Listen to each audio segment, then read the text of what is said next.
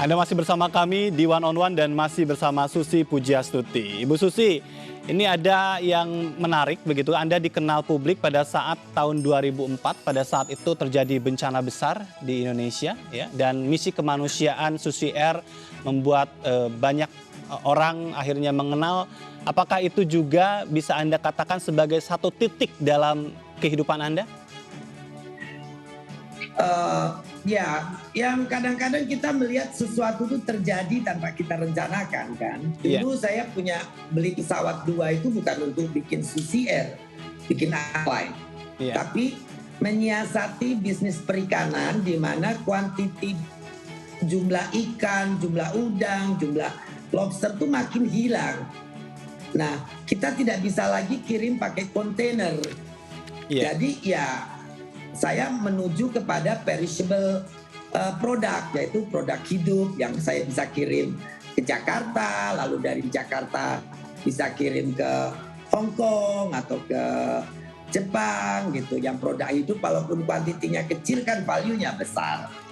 Akan tetapi pesawat baru tiba terus kemudian ada tsunami, ya saya pikir kenapa tidak bantu. Karena pesawat kita bisa landing di runway yang pendek-pendek.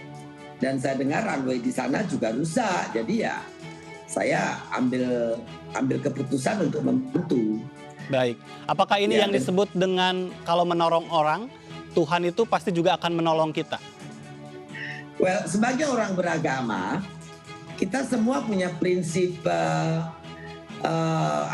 bahwa di dunia ini apapun yang kita kerjakan itu ya ada rewardnya. So saya percaya karma. Saya percaya bahwa kalau kita berbuat baik juga Tuhan akan membalas beribu kebaikan kita. Walaupun kita tidak tahu kapan dan semestinya kita juga tidak terlalu berharap. Karena itu akan datang dengan sendirinya. Ya entah di dunia entah di akhirat kita percaya seperti itu. Dan itu yang saya pikir dan it's also good feeling. Yang paling penting saya pikir kita juga merasa lebih baik. Karena kita bisa membantu orang. Dan itu membahagiakan kita.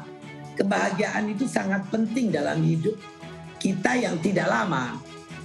Jadi saya biasanya berusaha untuk selalu senang, selalu happy, good feeling. Itu menjadi hal yang sangat penting dalam setiap tahap hidup saya. Dalam bekerja, dalam berkarya, dalam berasosiasi dengan orang, bersosialisasi dengan lingkungan, have to make you happy. Baik. Kalau Anda tidak happy ya untuk apa?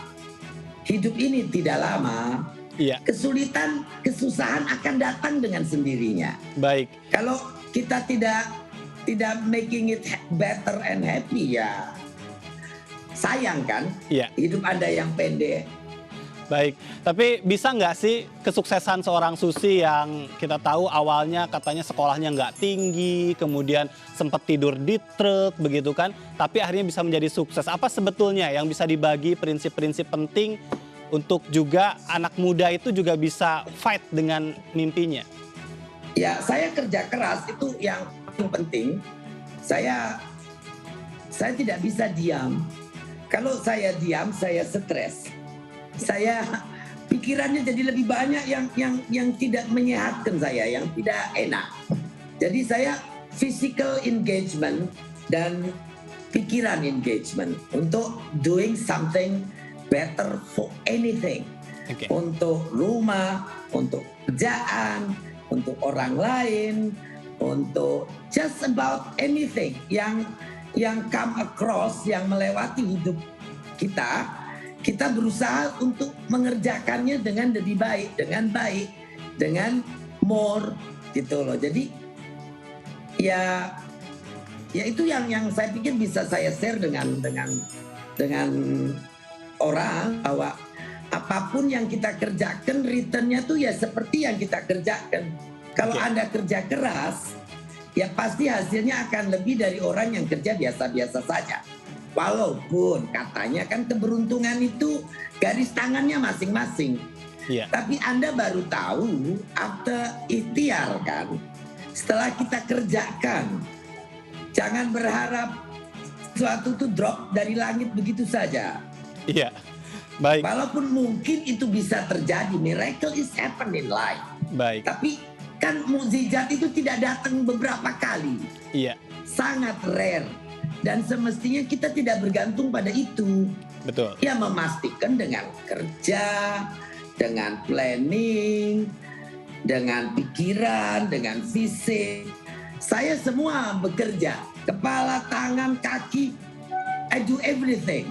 Baik. Ibu, Itu. nampaknya seorang Susi ini lengkap ya, artinya bahwa dia besar di lapangan begitu kan. Tapi juga tadi, hidup ini memang misteri. Nggak ada juga orang yang aku mau memilih untuk menjadi sesuatu, belum tentu itu terwujud. Tapi akhirnya menjadi menteri yang juga membidangi urusan yang dia tekuni selama ini. Nah, pertanyaannya kemudian pada saat menjadi menteri waktu itu, apakah memang itu yang menjadi ini aku banget karena itu adalah bidang yang memang selama ini saya tekuni atau seperti apa sebetulnya? Well, mengerjakan sesuatu yang you sudah tahu pasti akan lebih gampang. Tetapi saya berpikir bahwa sebetulnya kalau Anda mau mendapatkan tantangan dan mau menerima tantangan apapun di luar kapasitas Anda, sebetulnya tidak ada salahnya juga. Iya, Tapi kalau saya memang dari kecil saya cinta laut, saya cinta lingkungan, saya suka alam.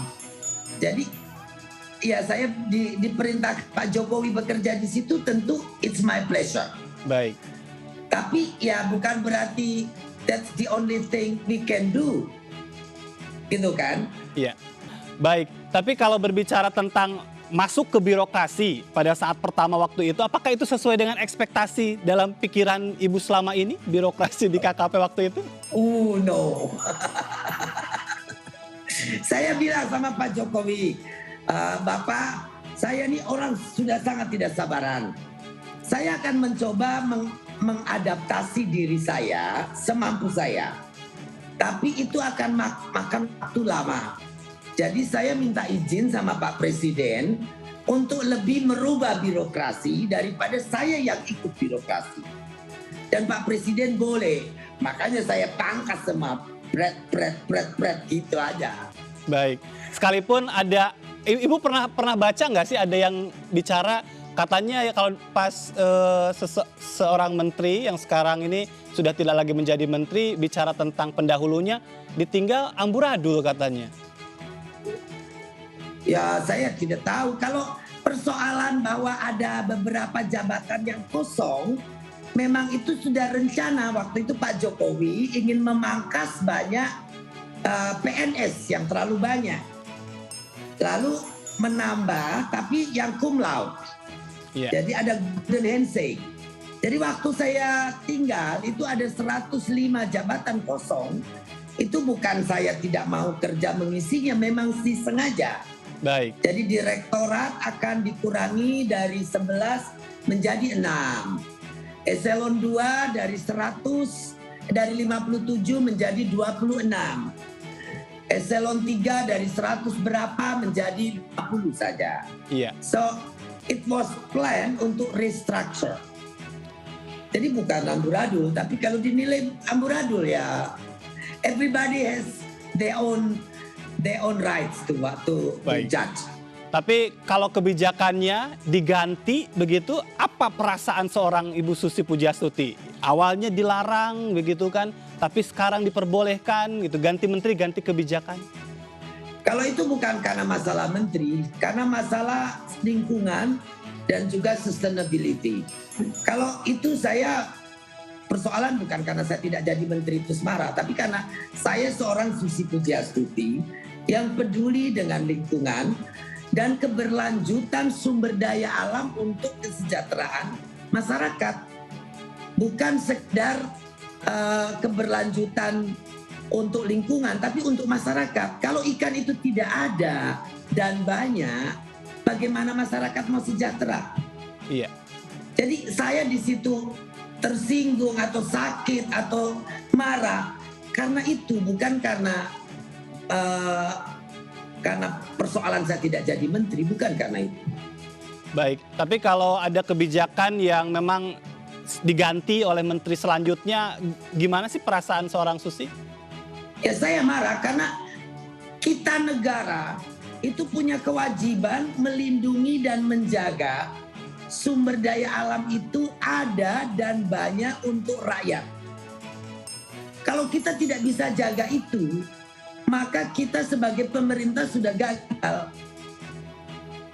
Kita tidak boleh membiarkan perusakan dan pemusnahan sumber daya hayati yang dibutuhkan untuk keberlanjutan kehidupan masyarakat. Termasuk lobster Kita ya? memberi tidak, paling tidak sebagai negara punya perangkat, kita harus mengamankan bahwa itu tidak rusak, bahwa itu tidak akan habis. Karena perikanan itu kan sumber daya alam yang berkelanjutan, yang kalau kita jaga, dia akan tambah banyak. Baik. Itu. Ini menarik ya, nanti di segmen berikutnya ada satu segmen lagi, Bu Susi. Saya ingin berbincang banyak tentang kampanye Anda, tentang alam, tentang laut, tapi kita harus jeda terlebih dahulu ya. Kita jeda dan pemirsa jangan kemana-mana, One on One akan segera kembali.